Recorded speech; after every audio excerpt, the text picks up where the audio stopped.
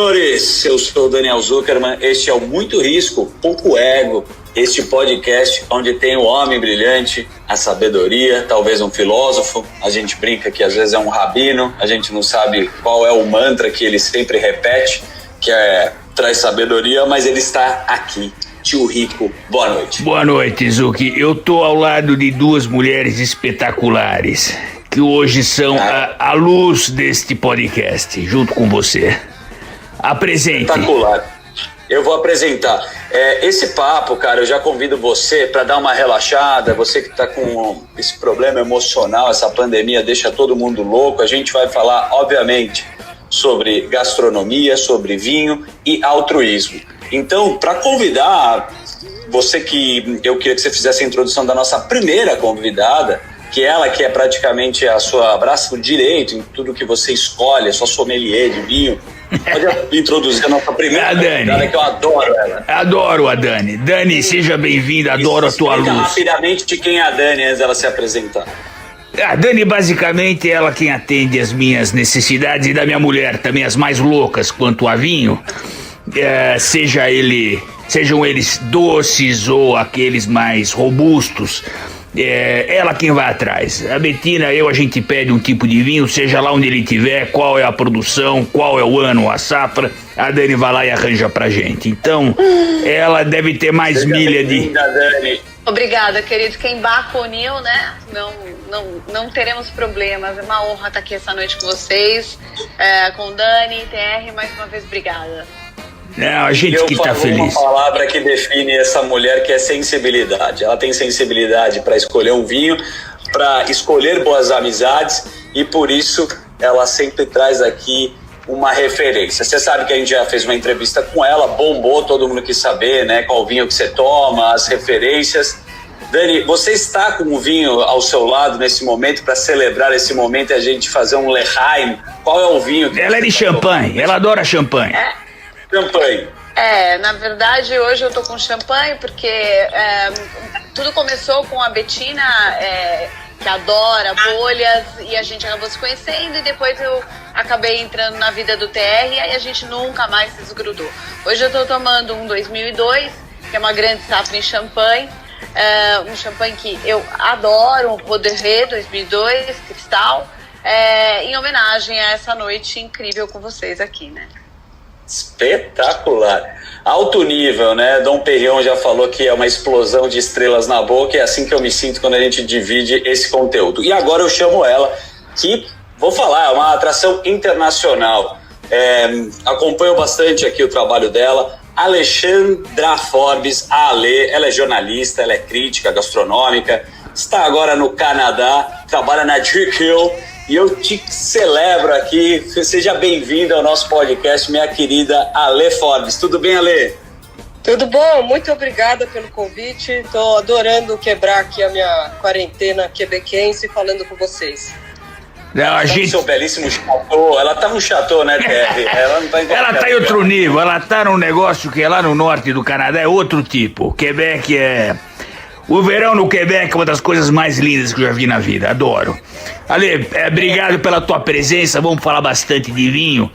E uma coisa importante que você não deixa de lado é a questão de filantropia, que eu acho que é fundamental. Então vamos falar bastante coisa aqui. É muito bonito, a mitzvah sempre é importante. A gente vai, obviamente, contar do projeto que ela faz, né? Já teve o Gastromotiva, que a gente já falou, mas tem um projeto muito bonito que a gente vai conversar aqui com ela. E vou deixar você super à vontade aqui. Você sabe que nesse podcast não tem censura, né? Eu sei que você é uma pessoa autêntica, pode fazer qualquer tipo de pergunta para você, minha querida Lê. Pode.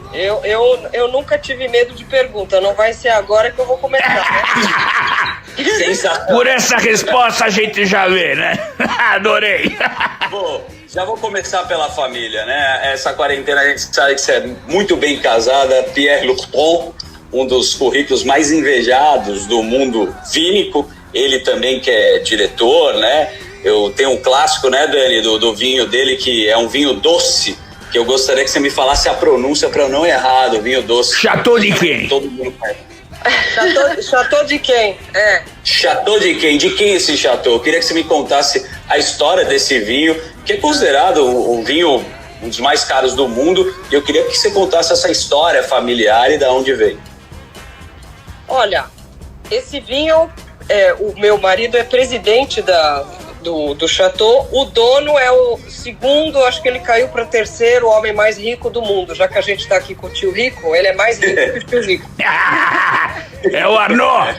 É o Bernard Arnault. O Arnaud não tá mais em terceiro ali, ele deve estar em quarto ou quinto já. Porque tá caindo pouco, viu? A ação dele tem colete antibala, nunca vi. Não desce. Mas ele é dono desse conglomerado, Louis Vuitton Moet Hennessy. O Moet Hennessy é a parte de bebidas. O cara é dono mais ou menos de metade das marcas de luxo do planeta, a outra metade é do inimigo dele.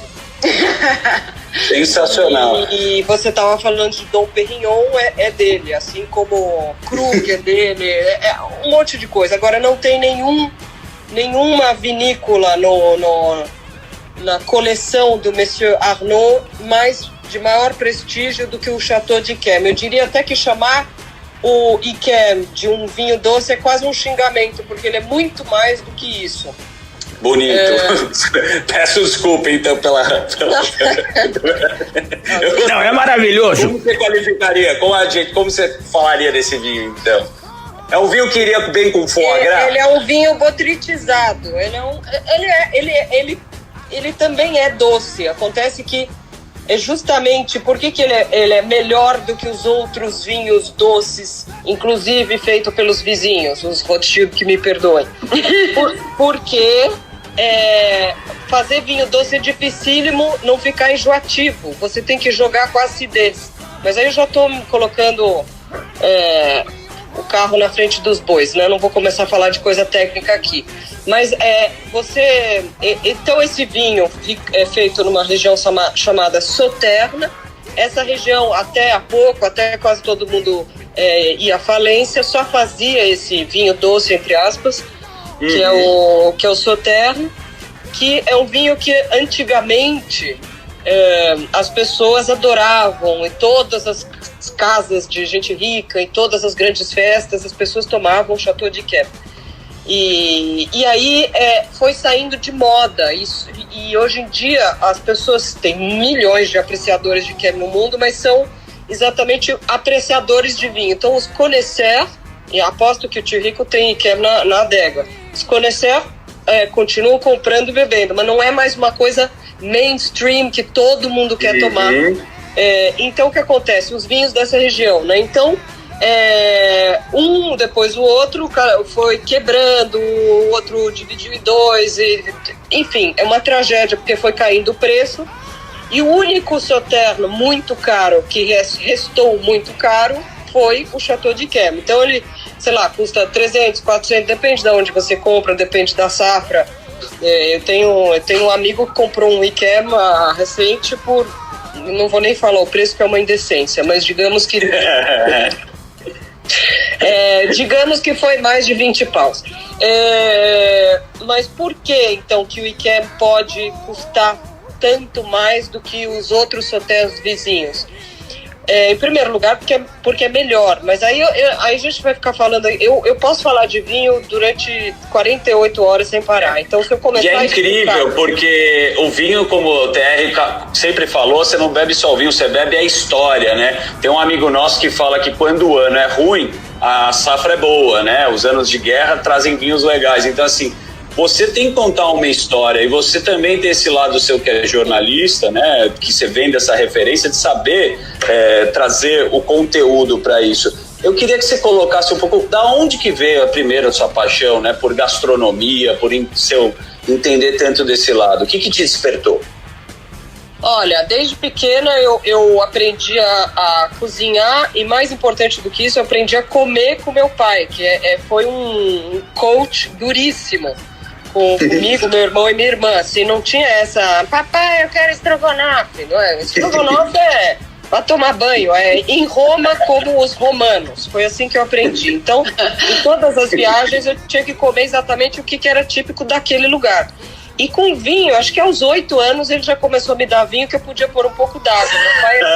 Meu pai é um Começou grande colecionador de vinhos, quase tudo é França. Ele não é, assim, o colecionador de vinhos mais moderno, arriscado que existe. Ele sabe que ele gosta de vinho francês e acabou. Ele tem ali um pouquinho de Espanha, um pouquinho de Itália e olhe lá. Sensacional. Eu vou chegar no TR. Aprendi bebendo, porque você aprende sobre vinho, não é na academia de vinho número 597, que agora todo mundo é professor e sommelier. Você aprende bebendo, né? Veja só a referência como parece, né? Desculpa até te interromper. Imagina. O TR, o tio Rico, a referência dele também é muito do pai, né, cara? Teu pai sempre, você falou, você é um cara bebedor de conhaque, você também vem de uma família de colecionador. Eu queria que você falasse um pouco, TR, da sua referência familiar, o que você herdou também, sempre. Um pouco do que a letra aqui. Sempre. Você falou uma coisa engraçada, que o ano bom é vinho, safra boa em ano ruim, né? As pessoas boas e vice-versa. A Dani, que tá aqui, pode falar melhor, ela fala que a minha safra, não vou falar o ano que eu nasci, mas a minha safra é a pior que teve. Na pior safra nascem as melhores pessoas. A minha ganha da sua, viu? Qual que é a tua? Não vou falar, porque eu sou uma velha, né? Olha, o ponto é o seguinte. Meu TR, eu acho que foi um ano de guerra, uma saída lá de Alepo, eu não lembro. Exato. Nunca conta. Exato. Agora, tem uma vez. A gente tomou, Zuki, um dia. Eu tenho algumas garrafas de 45, final da Segunda Guerra, que esse aí é especial, eu não preciso nem dizer o porquê. Né, mas ao longo do tempo, é um pouco do que você disse, eu sempre falo, tem que beber história. Na época em que a gente tinha casa de comércio de metais preciosos na Europa, muita cultura da França acabou vindo pra família, papai adorava, então, papai adorava pelo menos ter um vinho muito bom, muito caro, do que ter um bem muito caro, um carro, por exemplo. Mamãe não, mamãe era gostar de joia. Mas tô falando, a cultura europeia de você tomar um vinho muito bom tem um peso muito grande quando o papai e o vovô vieram da Europa. Isso acabou acarretando em todo o processo de amadurecimento, de desenvolvimento meu. Eu tomo vinho desde sempre, não tão cedo quanto a Forbes, mas a gente toma desde sempre. E eu tomo muita coisa boa, eu gosto de todos os tipos de vinho, e eu queria depois que a Dani falasse, tem aqueles óbvios que são os melhores do mundo, que a gente encontra os clássicos, Petrus, o Romanée, o Brion, que eu gosto bastante, mas tem muita coisa e que não está no hotspot do mundo, que tem muita qualidade. Então tudo que tem história e é muito bem feito, você pode ter certeza que vai te trazer um prazer inenarrável, inigualável, porque para fazer um vinho bom, com uma técnica, com as uvas boas, os períodos bons, são tantas variáveis para você fazer um vinho, que quando você consegue extrair um sabor único e bom, é um negócio que traz um prazer muito maior do que qualquer outro tipo de bem material. Essa é a minha visão. Sensacional. Eu quero carimbar Legal, eu quero carimbar um pensamento com vocês aqui. Muita gente bebe o rótulo, né? E a gente sabe que quando o cara começa a ganhar grana, é uma coisa que o TR também a gente já vivenciou, que é uma coisa levemente insuportável, minha querida Forbes, que é o cara querer mostrar a adega. Só que o cara mostra a adega e tá comprando lá no Evino, sei lá onde o cara compra o vinho, enfim, não tem referência nem berço, como vocês mesmos colocaram. Mas, ao mesmo tempo, eu não sei se vocês são a favor da democratização, porque se você sabe a história, às vezes um produtor pequeno, você conhece Bordeaux, ou você vai lá e fez uma viagem, pesquisadores que vocês são, vocês conseguem trazer um vinho de qualidade que não necessariamente é um vinho tão caro. Então, eu queria que vocês contassem um pouco o que vocês acham. Existe vinho bom que também não é tão caro e se busca referência? O que vocês acham do movimento do cara querer ter uma adega só para falar que tem um vinho? Pode começar aí com você, Forbes. Olha, eu acho que seria muito snob a gente dizer que é ridículo, quer dizer, acontece muito mais comigo hoje em dia, porque desde que eu casei com o Pierre, vocês não sabem em São Paulo o que acontece. Todos eles têm garrafa de Chateau Cheval Blanc que eles querem que o Pierre autografe, mas o tempo todo. E aí tem tipo um pedestalzinho assim pra a garrafa de Cheval Blanc que o cara tomou ano passado. Tem Yquem, tem Cheval Blanc, tudo assinado, mas não é um cara, não. O Pierre sai com a caneta no bolso. Então, eu conheço muita adega com muita coisa cara em São Paulo e eu sei quem sabe beber e quem não sabe, porque eu tenho a sorte de beber com bons bebedores em São Paulo, sabe? Tenho muito amigo do vinho em São Paulo, tem uns caras que eu respeito o paladar demais. E quem entende de vinho, quem sabe beber, sim, nos primeiros 5 minutos bebendo com o cara, você sabe se o cara sabe o que tá fazendo, se ele comprou aquele Obrion pra falar que comprou. Mas em 5 minutos eu sei se o cara sabe ou não sabe o que ele tá falando. Mas eu já peguei esses crus, assim, esses neófitos, vários, assim, em mesa. Porque um amigo meu do mercado fala, pô, mas olha, tem um cara que eu quero muito que você receba, tá indo pra Bordeaux, ele não sabe ainda grande coisa, mas tá comprando muito. Aí eu acho que é super válido, sabe? Porque o cara compra o rótulo porque ele não sabe, ele vai se sentir mais seguro. Só que o cara vai aprender, uma hora ele vai aprender, porque se ele tá rico também, burro ele não é, certo? Ele tá fazendo o dinheiro dele, então ele vai aprender. Então acho que, embora eu ache ridículo, eu tento ser paciente e legal, assim, eu finjo que eu não acho ridículo e eu gosto muito de falar de vinho, eu gosto muito de explicar e de conduzir uma degustação naturalmente. E aí esses caras ficam assim, pô, legal, hein? Cada coisa que ela falou do vinho. Eu acho bonitinho. É legal. No final do dia. No final do dia, Ale, é o seguinte: é o que você falou. Se o cara ele tem bala pra comprar isso, de alguma coisa ele entende. Né? Se ele não entende de vinho, pelo menos ele tá se esforçando para ter alguma coisa boa. Então, eu te entendo totalmente que acontece muito na área de investimentos isso, né? Geralmente é o cara que começa a falar um monte de coisa, você começa a pegar umas falhas naquilo que o cara tá falando, que você vê que ele não tem embasamento. Mas se o cara tá falando com uma certa humildade, significa que ele precisa aprender. E se ele sabe que ele precisa aprender, é o cara que vai longe. O problema é o cara que acha que sabe e sai arrotando caviar, aí não tem jeito. Esse é chato. Esse aí é o pior que existe. Tem bastante, hein, em São Paulo. Exato, mas o ponto é legal o cara... Tem muito amigo em comum, né, TR, que a gente tem aqui. Muito, mas eu tenho muito... Que a gente não pode citar nome, quem jamais vai expor, mas a gente pode mandar um abraço. Eu não vou poder mais botar o pé lá, porque tem muita confraria, sabe que Se eu te contar uma confraria do TR, isso a gente pode falar porque é amigo mesmo. O Ared, eu vou falar do Furla aqui, né, TR? Então, não, mas o Ared, escuta. O Ared...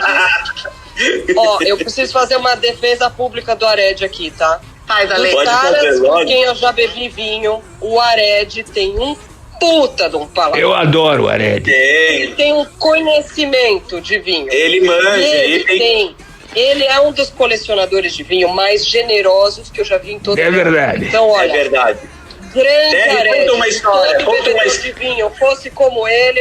Outro dia. E um dos maiores compradores de leilão de vinho. É verdade. Não, você falou tudo. Corajoso, né, o Ared é um cara generoso, não é todo mundo. O Ared ele tem a seguinte filosofia que é igual a minha. O vinho é bom para ser tomado. Se fosse para ficar estocado, você não precisa nem comprar, é só falar que tem e acabou. Você tem que tomar. E você não sabe se você vai estar vivo hoje à noite, amanhã de manhã. Tem que tomar vinho, aproveitar a vida, que ela é uma só. Agora, tem uma coisa engraçada. Vou revelar um segredo. O exemplo do Yquem caríssimo foi o Ared que comprou. Um beijo grande, Guarani. Isso que é bom. Teve um dia. Um beijo pro Ared. Agora que eu perdi o aniversário. Teve um dia que ele. Quem pediu pra afinar o vinho foi o Furla, né? Ai, que sacanagem! Uma vez eu tava almoçando, Não foi o Furla, tá? É. O Furla é um desses que estão aprendendo com muita vontade. Ótimo. E manja, traz uns barulhos de 83, o Furla, pô, cara, o Furla é... Você falou uma coisa. O Furla, a curva de crescimento, de conhecimento dele é bastante íngreme. Ele não tem nada de bobo, então ele tá aprendendo rapidíssimo. Você sabe que eu tava almoçando uma vez e aí o cara chegou. Pra sentar na mesa ele não ia colocar, pô. O cara... Eu pra te expor também. Fala aí, R. Não, o cara chegou pra mim, sexta-feira adoro tomar vinho. O cara virou pra mim e falou: tio, eu quero fazer um curso de vinho. Qual curso eu faço? Eu falei: olha isso que tá na tua frente, tinha uma taça. Eu falei assim: bebe, que esse é o melhor curso que você tem. Ele falou: não, eu quero um curso pra saber. A gente já é a terceira coisa que a gente pensa da mesma maneira, hein? Falei: bebe, só bebendo que você vai descobrir. Uma coisa é teoria, outra coisa é na prática. Esse papo de vinho, essa confraria que a gente tá fazendo é tão agradável. Eu me sinto aqui muito melhor dessa forma. Eu queria que você contasse um pouco, porque qual que é o teu pensamento do mercado agora, nesse momento, que a gente tá podendo tomar vinho bom aqui e esse papo é incrível. Pois é, a gente comentou que, incrivelmente nessa pandemia, mais gente tem tomado vinhos bons, né? Ou seja, o ticket médio do cara para comprar o vinho tem aumentado. O pessoal tá mais em casa, tá mais relaxado. Só que tem um problema. O cara que entrou na canoa furada de investimento acabou perdendo tanto dinheiro que não tá tomando nem sangue de boi. Então... Verdade. Pô, eu tô te falando, tem um monte de gente que ficou no caminho. A gente sempre fala, porra, investimento não tem jeito, tem que ser barco sólido. A gente sempre acredita que qualquer tempestade não dura pra sempre. Então, pô, a turma que eu falei do Galileu, do Safra, que conseguiu entrar num barco sólido, tá tomando não só os vinhos tradicionais, mas também os vinhos que estão começando a sair numa safra excelente. Agora, quem entrou na canoa furada ficou pra trás e nem sangue de boi aguenta. Aí é paciência. Sensacional, que legal. E você acha que esses caras que estão, como você está falando aqui, que tem essa retaguarda, assim, dessa tradição mesmo que você falou do Safra, foram os caras que ficaram protegidos, né, com essa turbulência que teve? Zuki, tem que ter pé no chão. Você tem que ter pé no chão, tem que saber exatamente onde você está colocando. Se você for entender de um mercado, você tem que entender profundamente. E a gente sempre fala da molecada aventureira, tem gente boa, nova? Tem. Mas se você não souber a profundidade do lago, é melhor você não entrar para nadar, porque você pode se afogar. E é o que está acontecendo por aí. E eu adorei que você falou canoa furada, cara. Que beleza. Agora, porra, tá cheio de canoa furada. Tá no momento, beleza, tem muita... É um sentimento, né, TR? Acontece de novo, né? A gente viu lá atrás a bolsa já ter passado pra 118 mil, porra. Depois desceu, né, com essa pandemia. Porra, vai pra 62, o que? 62. Cara. 50% de queda, quase. Essa oportunidade. Mas agora, batendo 100 mil, né? Tem o Safra Invest, a gente tá vendo que tá tendo esse movimento. É um momento de entrada na bolsa também. Tem gente que... Tô falando pro cara inexperiente, o iniciante. Ele pode entrar agora? O que você sente, cara? Pra diversificar pelo menos uma carteira. Zuki, a tua pergunta, ela é tão abrangente. Isso depende muito. Obviamente, do apetite de risco. Eu sempre falo aqui, o meu apetite de risco é alto. Para a grande maioria dos brasileiros, em que se o cara não está começando na bolsa agora, começou há pouco tempo, o cara tem um apetite médio. E obviamente você tem que saber, primeiro, se você está entrando em fundo ou se você está entrando em ação direta. Se for ação direta, você está concentrando em uma única empresa. E aí você tem todas as peculiaridades de empresa. A tua pergunta, para resumir tudo que eu estou falando, você precisa de alguém para auxiliar aonde botar o teu dinheiro, né? Se você tiver experiência suficiente, como a gente faz, para olhar o investimento a fundo, você consegue ter retornos bastante expressivos. Mas para se aventurar, eu acho que, infelizmente, não é o momento. Não dá. Eu não digo nem de aventurar, né? Não é só isso. Eu digo que chegou o momento desse podcast, cara, que a gente bateu tanto nessa tecla do cara pelo menos entender e cuidar do dinheiro dele, que, cara, é uma burrice o cara sentar e não só... Não, eu vou te falar. O protagonismo. É claro, que a gente tá Zug, essa molecada que tá vindo, eu adoro receber DM, as mensagens diretas de gente jovem no Instagram. Eu adoro. Gente que tá correndo atrás, que tá falando, tá olhando o projeto e tal. Agora, dinheiro não aceita desaforo. Não interessa se você tem 15 anos, 20, 50 ou 80. Se o dinheiro for embora, tchau. Entendeu? Então tem que ter muito pé no chão. E para esse tipo de tempestade que a gente viveu, só barco forte mesmo. Eu queria perguntar para vocês também dessa referência do vinho. Tem um cara, vocês com certeza devem saber o nome, que eu não tenho essa referência. Eu sou esse cara, tá? Que eu vou pedir a assinatura do vinho, enfim. Mas que ele pega, faz a taça, ele é um austríaco, eu esqueci o nome dele agora. Max Rieder. Maravilhoso. Ele tá testando ele um pouco no Instagram. Ele tá muito overposting, né? Ele tá blogueirinho no Instagram, ele já passou por limite. Nossa, demais da conta. Alguém precisa dar um toque.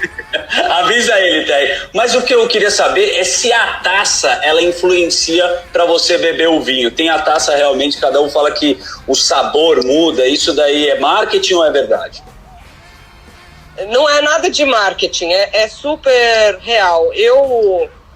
Inclusive, quando eles faziam não é um curso, uma palestra de Riedel, que vieram fazer no Brasil, já fizeram algumas vezes. É um negócio que, se você nunca fez, você capota, você cai para trás, assim, porque eles fazem você tomar o mesmo vinho em diferentes formatos de Riedel, aí aquilo você comprova muito bem em uma hora que não é nada de invenção.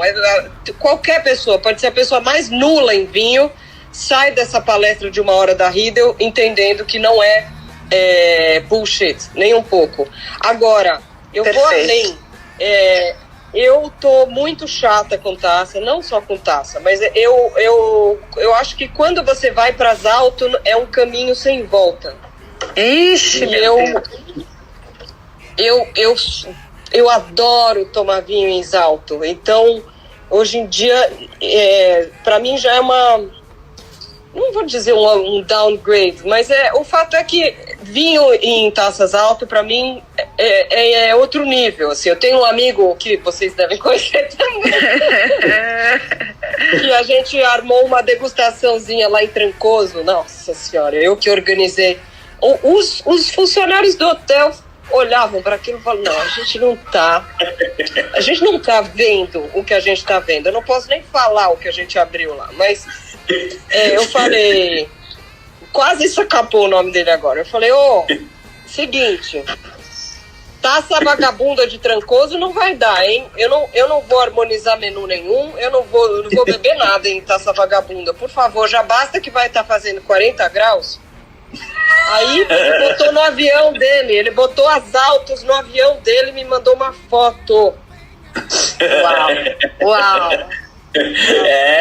Tô falando pra você, Terry, eu quero chamar, um dia tem que chamar você pra degustação que você faz, né? Sem a Betina no andar de cima, só Mossad, entrar sem celular. Conta a última que a gente teve. Só que gente. Quase pelado na varanda. Não, eu acho que a Dani geralmente ela tem as histórias mais legais, que ela sofre, porque quando a gente encana, a Betina adora champanhe.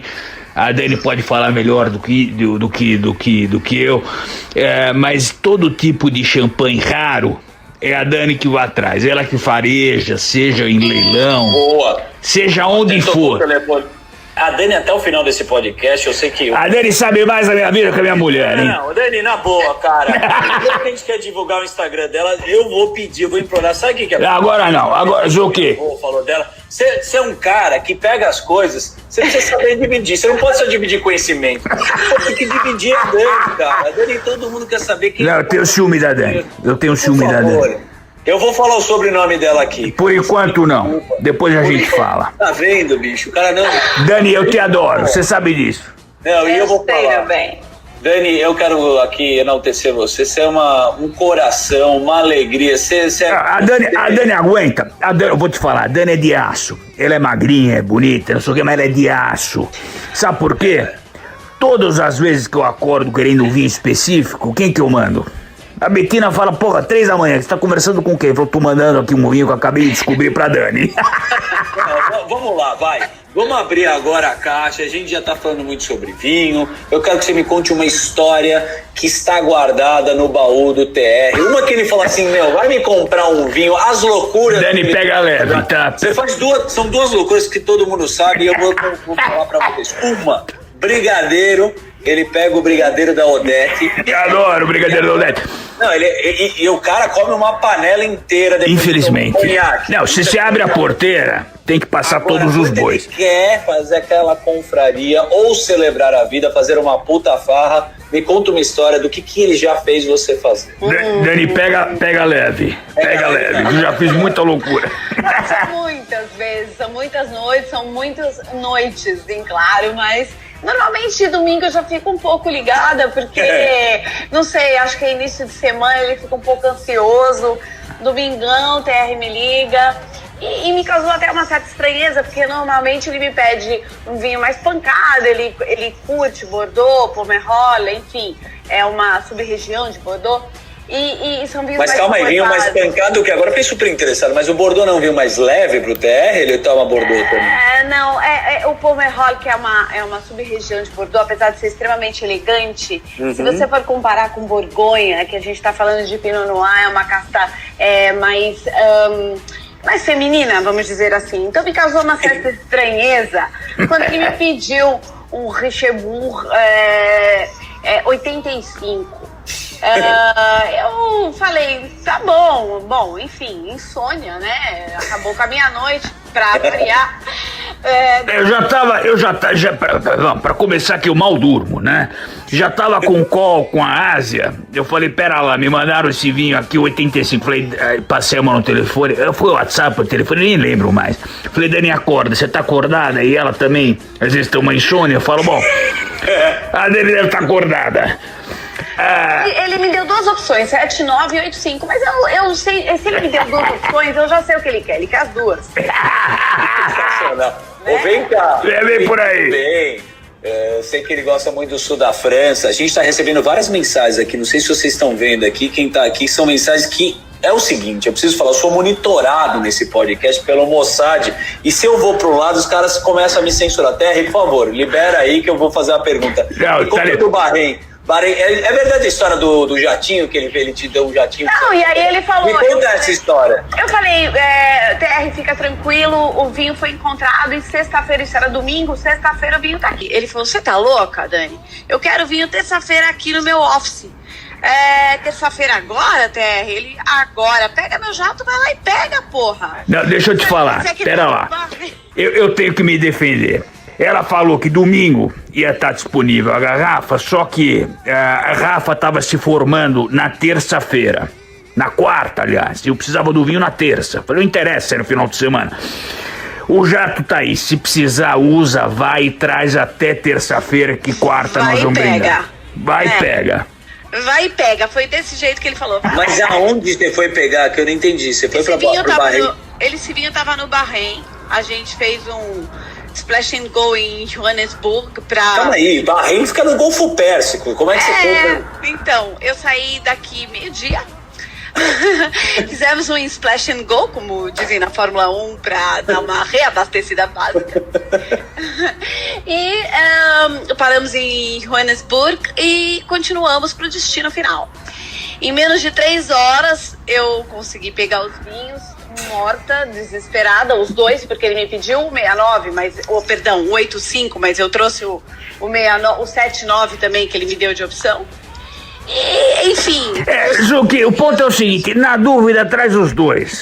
Que doideira, cara. Fechado não vai ficar, abre os dois. Eu tava meio zumbi, eu fiquei cansada, mas tava felicíssima porque ele me deu carta branca.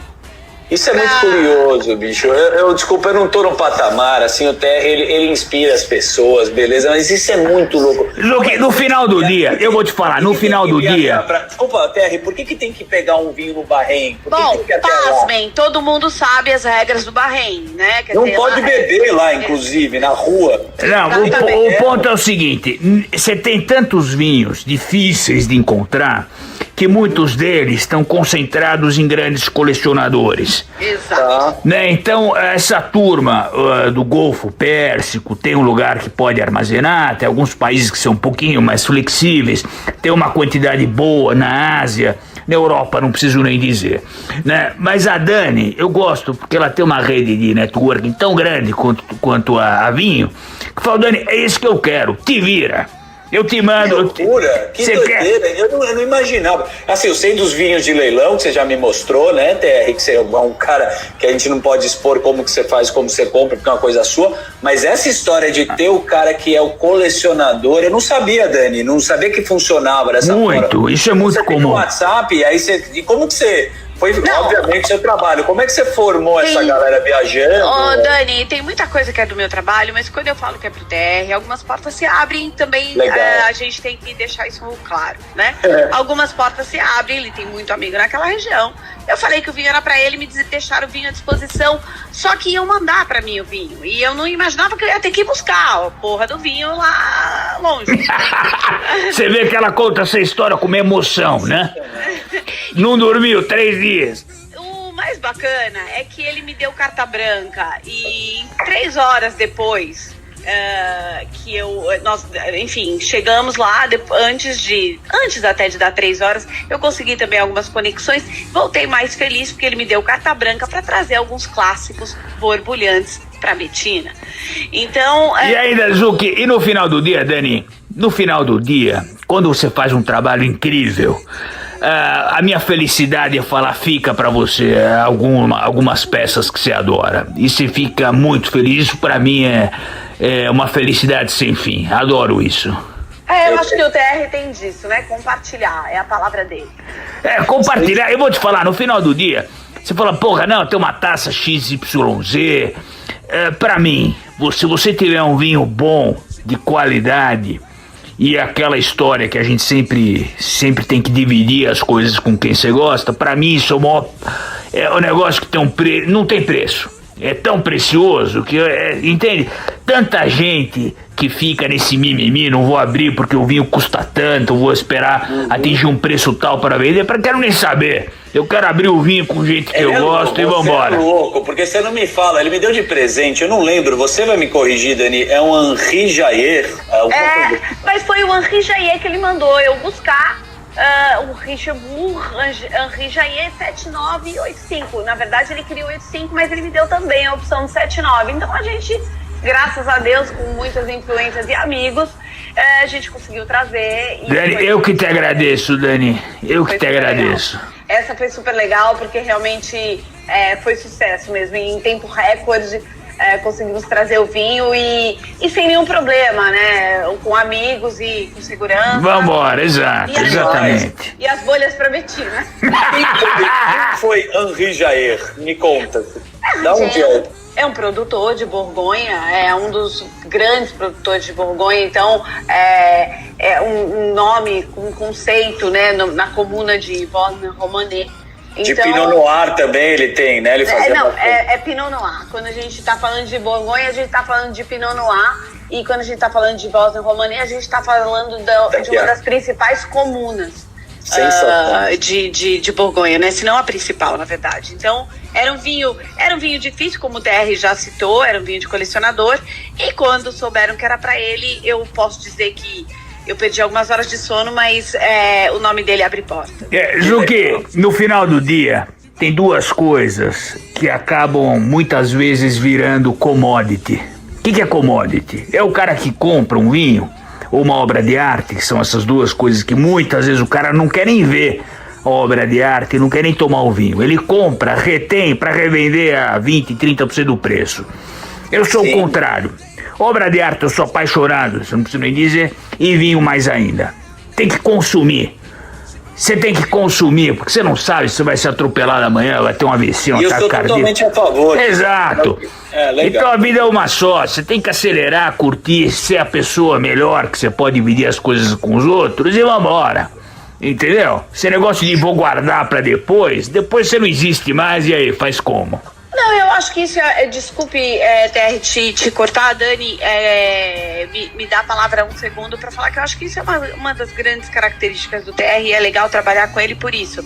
Compartilhar e mais do que o vinho, a história da garrafa, o que vem com ela e compartilhar com pessoas incríveis e às vezes um vinho que não é tão, sabe, a gente tá falando de um vinho, de um Richebourg incrível, né, de um Henri Jayer, mas o TR bebe vinhos incríveis que não são tão extraordinários assim, mas as companhias e compartilhar emoções faz toda a diferença. Acho que toda a diferença, toda.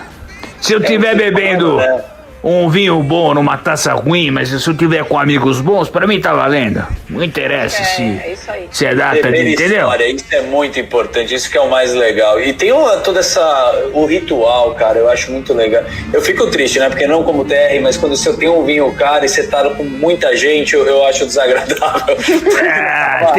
Tem que estar com o jeito que você gosta. Eu gosto de tomar. E querendo ou não, a gente gosta de anotar, né? A gente gosta de anotar os rótulos. Eu queria que você passasse, assim, uma referência de alguns champanhes que você manda pra Bettina e o que você gosta mesmo, que você tem habilidade. Não, então deixa eu só pegar um gancho da Lê, que eu concordo absolutamente com tudo o que ela falou. Riedel, claro, é um ícone, né? Ele tem... ele detém o mercado de cristais em absoluto, mais alto realmente, uma taça de qualidade incrível e aquela finura, aquela elegância.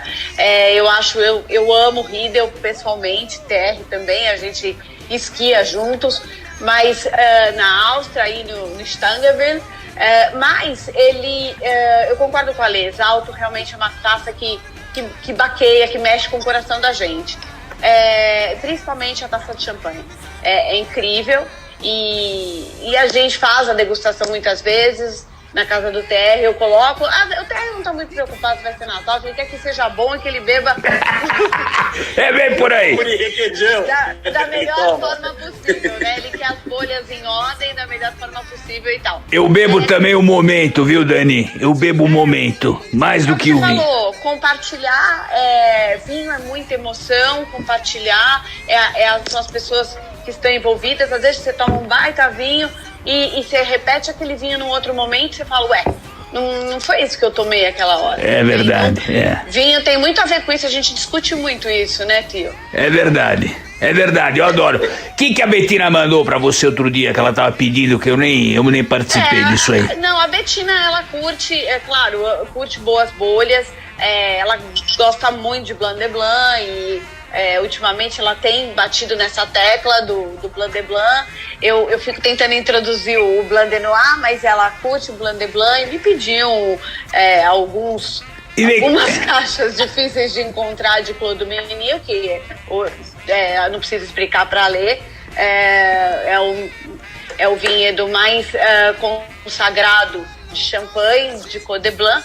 E ela aprecia muito, e todos os E vem cá, e você tem conseguido comprar coisa nessa pandemia toda? Então, eu tive até um Zoom com o Gerard Margion, que a Lê conhece. O marido da Magui, que é a presidente da Krug, é amigo íntimo, eu já fiz paella pra ele recentemente em casa. E ele tá falando, e a gente conversou muito sobre essa discussão, quer dizer, a Lê conhece todo mundo, nós vamos comer uma paella com a Lê, pra gente reunir todos os amigos. Bom, mas enfim, ele tava falando da dificuldade que a gente tá tendo agora com pandemia, pros restaurantes aí, pegando um gancho de todo esse projeto que a Lê faz maravilhoso de auxílio aos restaurantes e tal, e de como as cartas de vinhos vão mudar, né? E de como os produtores agora vão lidar com as novas compras e com as novas buscas Premiere e tal, para os vinhos chegarem até nós. Não tem sido fácil e realmente os preços explodiram, porque só em Paris você teve uma queda de 50% no consumo de champanhe. Então, ao mesmo tempo, eu consigo buscar algumas coisas, consigo trazer algumas coisas que às vezes era bem mais difícil. Então, assim, a situação pandemia, ela é muito paradoxal, porque ao mesmo para você encontrar vinhos mais que estavam super difíceis, que estavam presos em restaurantes, agora eles estão disponíveis, entre aspas, eu diria que para quem está comprando é bom, vamos dizer assim. Tá? É verdade. Muito legal vocês tocarem até nesse assunto que eu vou puxar agora. A Ale, para isso, que ela tem um projeto bacana, né? Ela estava me contando aqui nos bastidores, com bares e restaurantes, chama Ocupa a Rua. Até chegar nesse projeto, né? O que eu quero que você conte pra gente, puxando esse gancho, assim, como é que tá o mercado? Porque, assim, o que eu vejo online bombando, né? Tem um faturamento, aumentou 600%, os restaurantes, obviamente, fechados. Aqui no Brasil, o dólar, obviamente, lá estourando para cima, o cara também, para vender, ele fica com uma margem baixa. Mas como vocês avaliam o mercado, né? Como é que tá para o cara que é produtor, para o cara que tá... Olha, que tem esse business, Ale? Vai surpreender vocês, tá? Eu entrevistei faz pouco tempo o CEO da Wine.com, que é o negócio de vinho mais impressionante hoje no Brasil. É um crescimento, assim, brutal. Ele está dando cada paulada nas importadoras tradicionais que eles estão assim sem ar. Não sei se vocês vêm seguindo esse crescimento brutal desse business, né? Wine.com. Olha, nunca fizeram tantas vendas, tá indo de vento em popa. O brasileiro, durante a pandemia, aumentou o preço médio do vinho que ele compra por esse portal, wine.com. É uma loucura. Outra coisa, vendas en primeur, né, que acabou de ter a campanha en primeur em Bordeaux, e metade dos top chateaus que queria fazer, a outra metade falou, pô, gente, pega meio mal a gente lançar nossos preços de futuros aqui, Nessa situação. todo mundo, o pessoal morrendo e a gente aqui falando de primeiro. Mas no fim ganhou a maioria queria lançar a campanha. Cheval Blanc, por exemplo, saiu com um preço 30% abaixo do preço do ano passado, como um gesto, sabe? Porque pegaria mal sair tão caro quanto estava no passado. E a maior parte dos chateaus saíram 20% a 30% abaixo. Só que assim, a safra de 2019 é tão boa quanto a anterior. Então nunca houve uma melhor safra para investir, ever. Eu rapei a minha conta e botei tudo em vinho. E ainda, Interessante. E ainda julguei. Olha, Cheval Blanc em 3 horas, 80% das 40 mil garrafas estavam vendidas. 3 horas. Que é isso? Em 24 horas não tinha mais nada. E isso que eles vendem não é para o público final, né? Vocês sabem que isso vai para os negociantes, e os negociantes que... Né, TR? Né? O ponto é o seguinte... Esse vinho, TR, também? Complicado. Eu invisto em vinho, mas só que eu acabo bebendo tudo que eu invisto. Então, no final do dia, é pra beber mesmo. Que dinheiro pra investir, na minha opinião, vinho é pra beber. Deixa eu só pegar um gancho do que a Ale falou, Dani, desculpe, TR. Lógico. Diga. Você, o que a Ale falou é muito interessante. Houve um crescimento violento na pandemia dos vinhos e um crescimento até no poder aquisitivo desse vinho, da compra, um vinho um pouco mais caro, porém, alguns vinhos, como por exemplo o champanhe, um vinho de celebração, a gente teve uma queda violenta, brusca. Claro, a gente está falando de festas, casamentos, restaurantes que não estão acontecendo. É que o brasileiro ainda tem esse problema de associar champanhe à festa. Exatamente. Na França, champanhe é vinho com bolha, né? Exatamente. E no Brasil, Isso. champanhe E na Europa tem uma cultura de tomar diferente. O cara toma de manhã, na Alemanha, lá num brunch, o cara tá tomando champanhe. É completo. O que a Bettina fala e o que o TR me deixa voar, né? Enfim, nisso, é que o champanhe para ela a deixa feliz, né? Então não é que ela toma quando está feliz, é isso, ela toma o champanhe para ficar feliz. Então eu acho. É aquela frase do Napoleão. Exato. Você sabe qual é, né? Essa frase, por favor, fale essa frase, porque eu vou pegar um copo agora e colocar pra cima aqui. Pode falar. Qual que é, Dani? Em momentos felizes. Na derrota e na vitória. Nas vitórias é merecido e nas derrotas é necessário. Exatamente.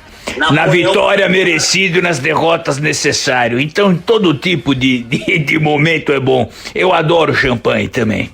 Adoro. E o vinho tem esse fator, né, como vocês colocaram, né, da celebração, um fator extremamente psicológico. obviamente que com devidas proporções e você tem que saber tomar, mas eu acho que tem contemplar é uma coisa que a gente faz muito pouco. Mas, Zucchi, você sabe que é engraçado uma coisa que você falou? O mercado brasileiro, em todos os aspectos, é um mercado muito imaturo, muito jovem, muito recente. Seja na democracia, seja na economia, em todos os aspectos, o Brasil é um país muito mais jovem do que a Europa. Então, em momentos, eu gosto de fazer algum comparativo com bebida e com ópera. Quando você vai numa ópera, no Teatro Municipal aqui de São Paulo, você vê as mulheres de vestido, parece um casamento. E você vai na Europa, é a mulher que tá no dia a dia, que gosta de ópera e vai lá vestida como ela tava no trabalho, entendeu? E o vinho é muito engraçado, é o que você falou aqui, até a Lei e a Dani falaram, que o champanhe, ele é festivo unicamente. Na Alemanha, os caras tomam cerveja a temperatura ambiente ou quente, né? Isso historicamente era muito comum, mas no Brasil não. Então vem amadurecendo bastante esse mercado. E no Brasil, quando o cara fica preso na pandemia, em casa, com a mulher em casa enchendo, os filhos gritando, ele vai beber mais. Por acaso, é isso que tem acontecido comigo. Eu passei a beber mais vinhos de melhor qualidade. A Dani tem tido um bom trabalho aí para ir atrás desses vinhos que eu quero, mas tem tido bastante coisa boa. Para quem gosta de comprar de verdade, tem sido com preços bem atraentes. De verdade, os leilões aí... Tem momentos agora que é igual a ação. Você comprou ação em março, quando tava a bolsa 60 mil pontos, vinho é igual. E casa é igual também. Exato. Valoriza, né? Tudo isso que você tá falando, eu carimbo, concordo totalmente.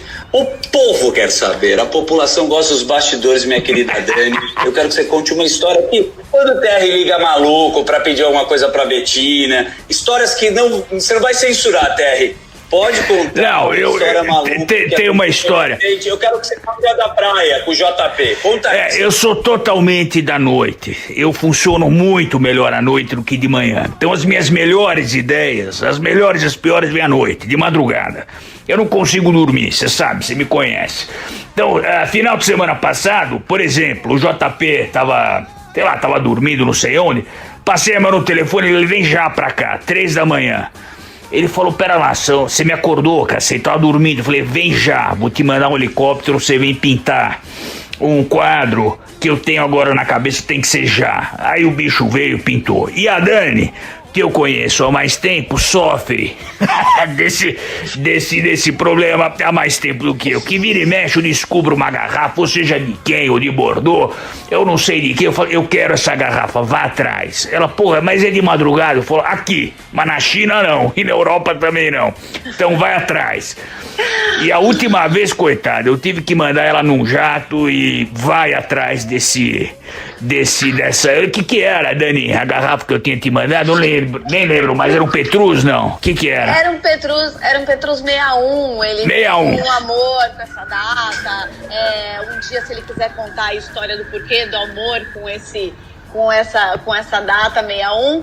E, por incrível que pareça, além do amor dele, é uma super safra de Petrus. E nós fomos atrás, vamos dizer que rodamos um pouco, mas encontramos. Agora, Dani, você fez isso em tempo recorde. Eu li numa matéria que essa safra, puta, tava não sei onde, o leilão ia ser cancelado. Eu falei, Dani, vai que eu quero isso aqui semana que vem. Na verdade eu já fiz isso algumas vezes, né?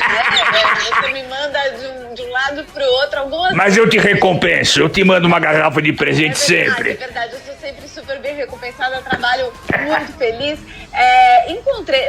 Você não queria que fosse pro Oriente, no fim acabamos encontrando em USA. Foi mais fácil do que eu imaginava até, DR, hein? E a gente conseguiu comprar. A Dani tem ela fareja vinho melhor do que ninguém. Ela vai atrás e compra o vinho. Se o cara não quiser vender, ela vai lá e faz o cara vender. Então a minha adega é o que é pela Dani. Querido. Ô, PR. Dani, eu nunca vou mostrar tua foto pro pessoal aqui do podcast, senão os caras vão cair apaixonados por você. Não, vai ser decepcionante. Decepcionante? Os caras já falam da sua voz. Você imagina? Se chegar e falar, quero ver a foto da Dani e verem, eles vão se apaixonar. Querido. Eu vou te manter igual a Betina, protegida. Conta as histórias mais picantes, realmente, de vinhos que você faz questão que sejam encontrados, né? Fundo do mar, uma série de coisas. Agora o ponto é o seguinte, a Dani quer ir, ela fala, tá bom, então bota o jato à disposição. E tá 100% do tempo pra ela. O jato é dela, mas nem meu. Sensacional. Adoro. Agora eu vou puxar assim, obviamente que a gente precisa fazer 613 boas ações na vida, são mitzvot, né, em hebraico.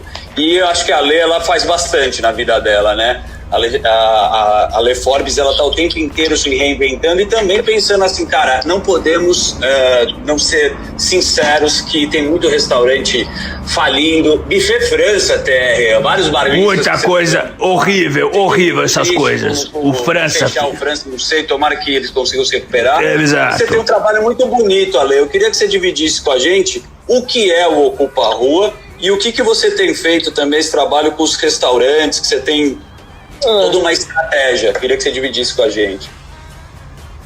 Vamos lá, eu escrevo sobre gastronomia na Folha, na GQ e sobre vinhos também. Então, naturalmente, eu estou sempre entrevistando o pessoal do mercado do vinho e dono de restaurante, cozinheiro, e estou sempre vendo vídeos e eu estou por dentro, estou com o radar ligado. E nessa pandemia, as pessoas reagiram de 1000 maneiras diferentes. E alguns chefes, alguns restaurateurs tiveram ideias, sacadas muito legais, assim, para fugir de um problema, fugir de outro e para reabrir de uma maneira melhor, né? E para sobreviver. Então eu fui guardando essas ideias, assim, e colecionando, digamos. E aí um dia eu tive um estalo e falei, por que eu estou guardando isso? Eu guardei, escrevi na Folha, falei, que legal, que fulano, cicrano.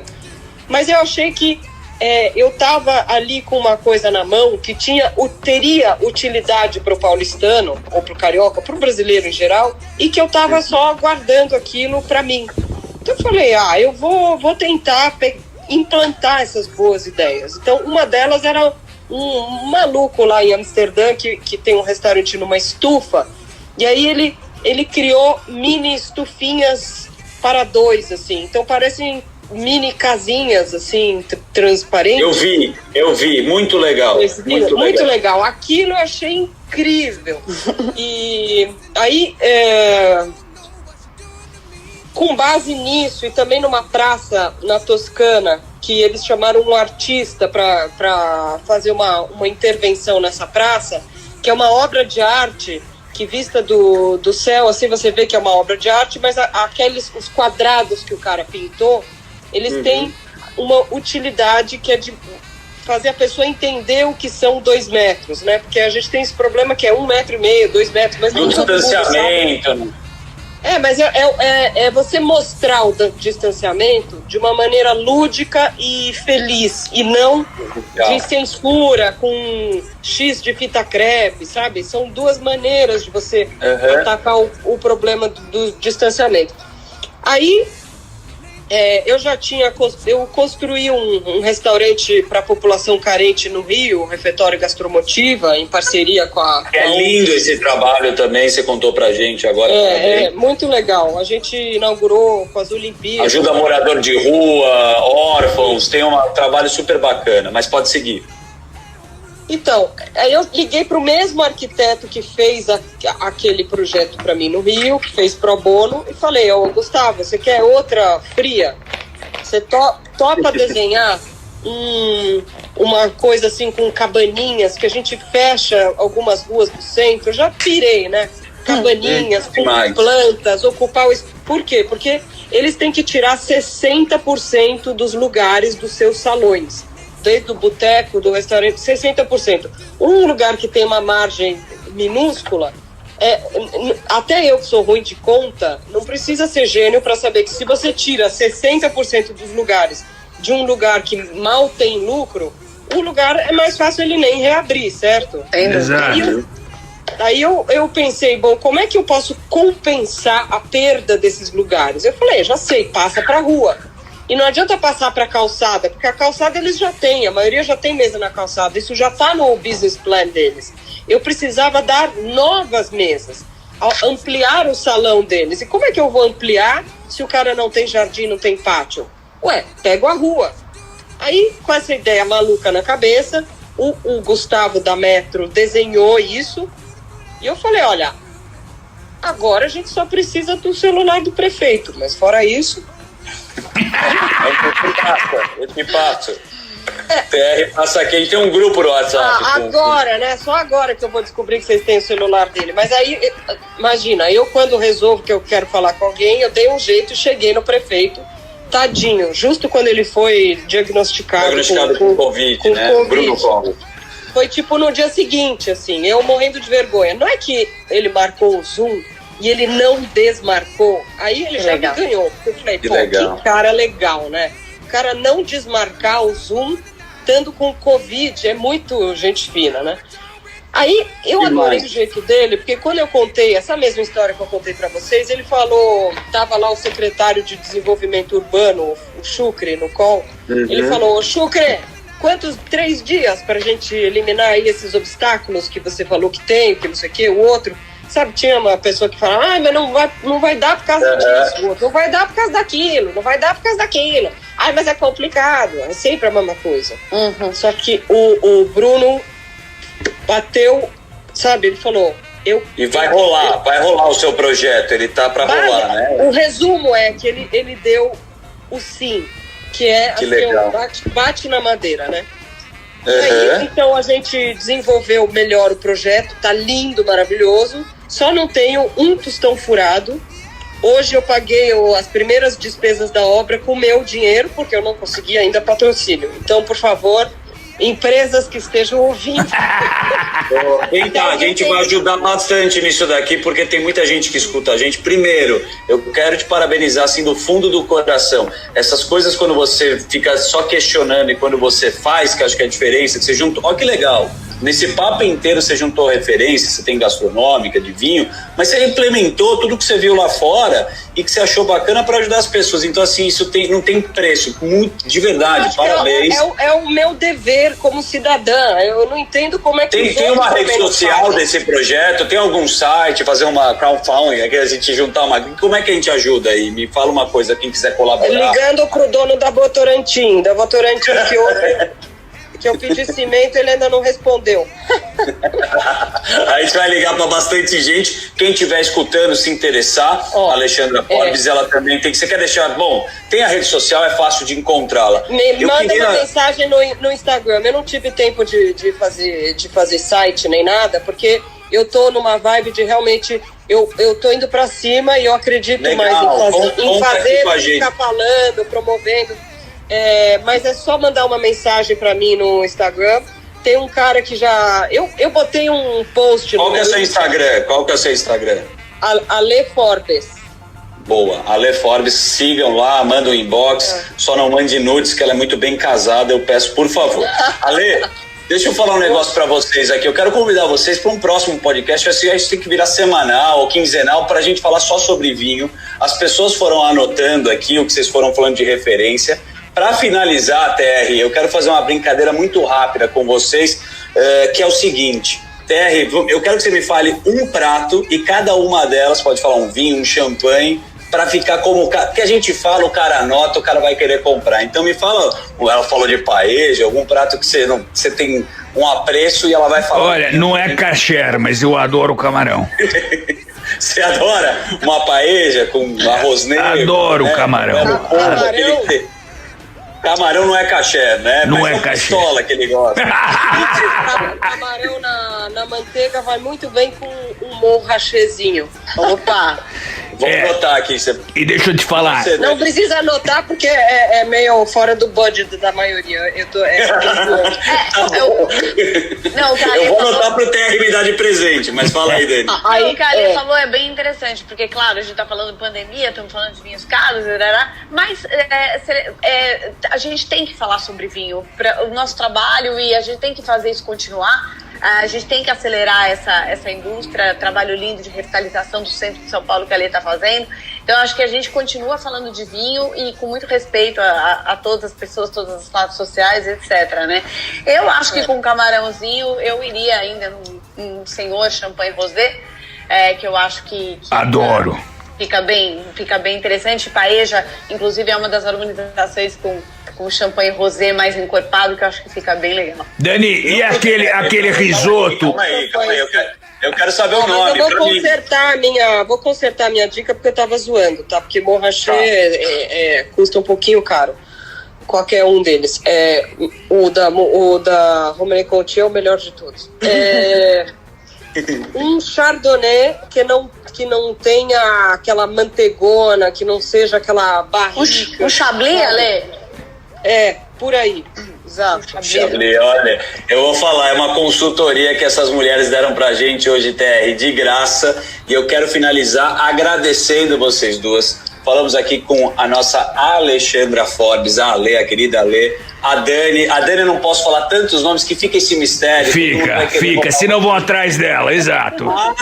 Mas as pessoas vão descobrindo quem é ela, porque ela já é referência. TR, pra finalizar, a gente vai com a música que você gosta, você pode falar a frase da semana. Meninas, muito obrigado aí pela aula e pela paciência. Olha, Zuki, tá eu que agradeço, foi excelente uma aula, eu acho que tem que trazer gente que manja mesmo de vinho. E o que eu vou te falar no final não é nenhuma frase, é um pensamento que eu acho que é fundamental para o mundo continuar vivendo, que é a filantropia. Independente se o mundo está indo bem ou mal das pernas, a filantropia ela tem que existir. A gente conversa, a gente da colônia, tanto judaica, da colônia árabe, da colônia libanesa, da colônia armênia, eu acho que a gente tem que sempre buscar a filantropia, independente da situação. O nosso papel aqui justamente é aproveitar a vida e fazer bem ao próximo. Então vamos que vamos, e não pode morrer nunca a filantropia, jamais. Lindo, cara. Vamos terminar aqui no áudio com esta bela canção que todo mundo gosta, que é esse jazz com soul. O Freedom Blues. Muito obrigado. Gravou aí, Obrigada a vocês. Ale, obrigada, Ale.